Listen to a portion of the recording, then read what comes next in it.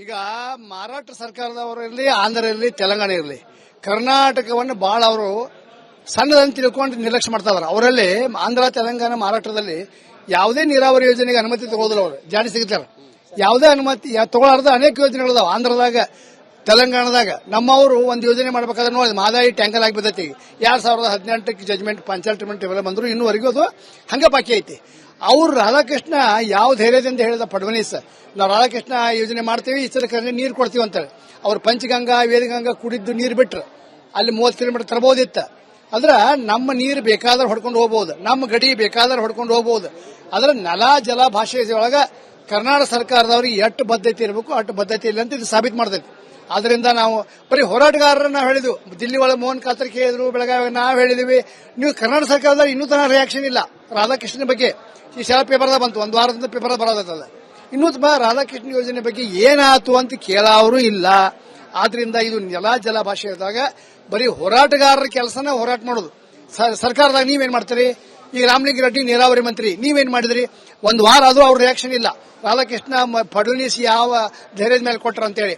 ಆದ್ರಿಂದ ನೆಲ ಜಲ ವಿಷಯದಾಗ ಹೋರಾಟಗಾರರು ಇಷ್ಟು ಮಾಡ್ತೀವಿ ಅಂತೇಳಿ ನೆಲ ಜಲ ಭಾಷೆ ವಿಷಯದಾಗ ಒಂದ್ ಸ್ವಲ್ಪ ಮಂದಿಗೆ ಗೊತ್ತಾಗತ್ತೆ. ಅದರ್ವೈಸ್ ಸರ್ಕಾರ ಮೇಲೆ ಬಿಟ್ಟರೆ ನಮ್ನ ಇವ್ರು ಖಲಾಸ ಮಾಡ್ತಾರ ಸರ್ಕಾರದವ್ರು, ಯಾವುದೇ ಸರ್ಕಾರ ಇರಲಿ.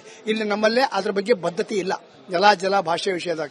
ಇದು ದೊಡ್ಡ ದುರಂತ ಅಂತ ಹೇಳ್ಬೈತೀನಿ. 2013ಕ್ಕ Brijesh Kumar tribunal award clarificatory order ಅಂತಲಕ್ಕ ಅದು ಬಂದಿದ್ದು. ಆಕ್ಚುಲಿ 2010ರಾಗ ಬ್ರಿಜೇಶ್ ಕುಮಾರ್ ಟ್ರಿಬ್ಯುನಲ್ ಅವಾರ್ಡ್ ಬಂದಿದ್ದು 2010ರಾಗ.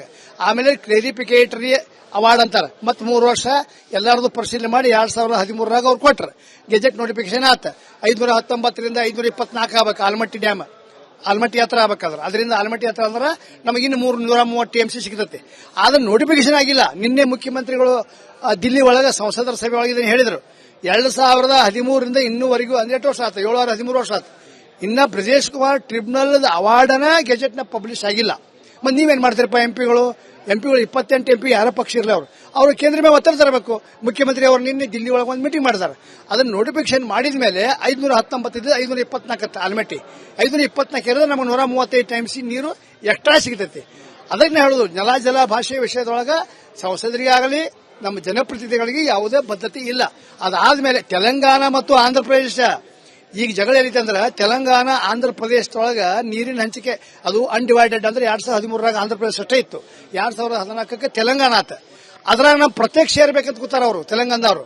ನಾವೇಂತೀವಿ ಕರ್ನಾಟಕವಾದ ನಿಮ್ಗೆ ಆಂಧ್ರಕ್ಕೆ ಏನು ಶೇರ್ ಮಾಡಿದ್ವಿ, ನೀವು ಹಂಚುವರಿ 2 ರಾಜ್ಯ.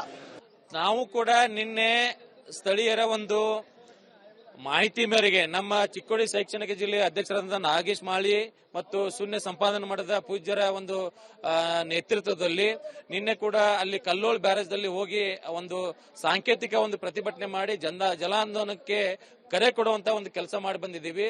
ಯಾವ ರೀತಿ ಸರ್ಕಾರ ನಿರ್ಲಕ್ಷ್ಯ ತಗೊಳ್ತದೆ ಮತ್ತು ಅಲ್ಲಿ ಸ್ಥಳೀಯ ಶಾಸಕರು ಗಣೇಶ್ ಹುಕ್ಕೇರಿ ಅವರು ಅವ್ರದೇ ಕ್ಷೇತ್ರದಲ್ಲಿ ಬರುವಂತ ಯೋಜನೆಗೆ ಅವರಿಗೆ ಮಾಹಿತಿ ಇಲ್ಲ ಅಂತಂದ್ರೆ ಇದು ನಾಚಿಕೆಗೇಡಿನ ಸಂಗತಿ. ಅದಕ್ಕಾಗಿ ಏನಾ ನದಿ ಕೃಷ್ಣಾ, ದೂದಗಂಗಾ ಮತ್ತು ವೇದಗಂಗಾ ನದಿ ಸುತ್ತಮುತ್ತಲೂ ಕೂಡ ಕರ್ನಾಟಕದ 3 ಭಾಗ ಕರ್ನಾಟಕ ಭಾಗವನ್ನು ಸುತ್ತಕೊಂಡೈತಿ. ಒಂದು ಭಾಗ ಮಾತ್ರ ಧಾರವಾಡ ಅನ್ನೋ ಒಂದು ಗ್ರಾಮ ಇದಕ್ಕೆ ಸುತ್ತಕೊಂಡೈತಿ. ಆದ್ರೆ ಕರ್ನಾಟಕ ಸರ್ಕಾರ ಇದುವರೆಗೂ 400 ಕೋಟಿ ರೂಪಾಯಿಗಳನ್ನ ಒಂದು ಯಾವುದು ಮಹಾಲಕ್ಷ್ಮಿ ಏತ ನೀರಾವರಿ ಮತ್ತು ಕರಗಾಂವ್ ಏತ ನೀರಾವರಿ ಈ ಯೋಜನೆಗಳಿಗೆ ದುಡ್ಡನ್ನು ಖರ್ಚು ಮಾಡಕತ್ತೈತಿ. ಆದ್ರೆ ಸ್ಥಳೀಯ ಜನರಿಗೆ ಗೊತ್ತಿಲ್ಲ, ಸರ್ಕಾರಕ್ಕೆ ಗೊತ್ತಿಲ್ಲದ ಮಹಾರಾಷ್ಟ್ರ ಸರ್ಕಾರ ಅದನ್ನ 4 TMC ನೀರನ್ನ ಪಕ್ಕದ ಇಚಲ್ಕರಂಜಿ ಒಂದು ನಗರಕ್ಕೆ ಸಪ್ಲೈ ಮಾಡೋದನ್ನ ನಾವು ಖಂಡಿಸಿದೀವಿ. ಇಚಲ್ಕರಂಜಿ ಗ್ರಾಮದಲ್ಲಿ ಈಗಾಗಲೇ ಒಂದು ನದಿ ಐತೆ, ಪಂಚಗಂಗಾ ನದಿ. ಆ ನದಿ ಇದ್ರೂ ಕೂಡ ಆ ನದಿ ನೀರನ್ನ ಅವ್ರು ಕಲುಷಿತ ಮಾಡಿ ಈ ನದಿ ನೀರನ್ನ ಇದು ಮಾಡಿದಾರೆ. ಅಲ್ಲೇ ಹಳ್ಳಿಗಳ ಪರಿಸ್ಥಿತಿ ಹೆಂಗಪ್ಪ ಅಂತಂದ್ರೆ ಮಳೆಗಾಲ ಬಂದಾಗ ಮಹಾಪೂರ ಬರ್ತೈತಿ, ಬಿಸಿಲು ಬಂದಾಗ ಬರಗಾಲ ಬರ್ತೈತಿ, ಒಂದು ಹನಿ ನೀರು ಇರೋದಿಲ್ಲ. ಈ ನೀರು ನೀವು ಅಲ್ಲಿ ಹೋದ್ರೆ ಅಂದ್ರೆ ನಮ್ಮ ಜನತೆಗೆ ಹೆಚ್ಚುವರಿ ನೀರು ಎಲ್ಲಿಂದ ಕೊಡ್ತೀರಿ ನೀವು ಅನ್ನೋ ಪ್ರಶ್ನೆ ನಾವು ಕೇಳಿದೀವಿ. ಅದಕ್ಕೆ ಇನ್ನು ಮುಂದಿನ ನಿರ್ಮಾಣಗಳಲ್ಲಿ ಹಂತ ಹಂತವಾಗಿ ಆ ಹೋರಾಟವನ್ನ ಜನಾಂದೋಲನವಾಗಿ ಪರಿವರ್ತಿಸುವಂತ ಒಂದು ನಾವು ಸಂಕಲ್ಪ ಮಾಡಿದ್ವಿ.